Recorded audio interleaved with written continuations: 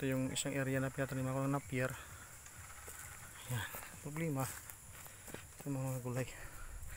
Ito yung napier. Problema dito, hindi masyadong lumalago kasi yung lupa medyo hindi ganun kataba. Yan. Yan, tingnan nyo. Hindi masyadong mataba. Okay na rin sana siya kung lumago masyado. Pero sabi, kailangan daw kapasin to para lumago siya. Ano? Gumapa. Ang tawag ito, yung bang masyado lalong dumami yung saha. Yan. Ito sa baba. Ito sa saging na yun. Hindi siya ganun. Nilagyan ko ng anong abono tsaka ipot ng kambing, dumi ng kambing nilagay ko rito. Problema yung iba, tingnan nyo, kuluntoy, hindi pare-parehas yung tubo. May mayabong katulad nito, katulad nun. Yan, hindi siya pare-parehas. Ito, isang to. Sabi, gapasin daw to para magkaroon siya ng saha.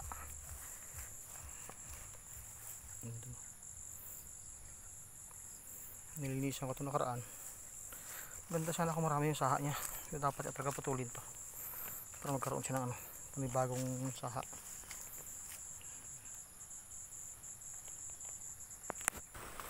Tapos ito dito sa ginang bangin. Sabi nung nagtanim ng saging rito, pwede ko raw pastulan ng kambing. Ang problema, napakabangin. Kaya naman siguro punta ng kambing to. Ito yung napier, yung taas. Yung ganda yung tubo niya. So, kasakali abunuhan ko to ulit. Ito bangin taas. Tapos andun sa kabilang bundok doon, yun yung pastulan ng kambing. Yun. Galing dyan sa ano na yan. Yan yung dulo ng bakod sa may malapit sa kawayan. Punta doon.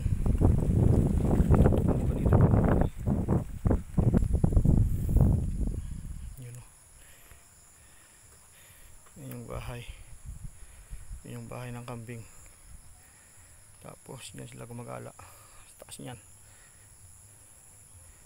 Yan, napunta doon. Yan. Hanggang doon. Kawayan na yun. Buno na yun. Tapos pababa doon. Punta doon sa kabila. Pinakababa niyan doon. Pababa. Tapos yan dito yung wala na damo na yan. Yan yung tinaniman namin ng gulay. Saka dito sana hilin na pier na to. Pwede itong pastulan ng kambing. Problema, napakayabong din.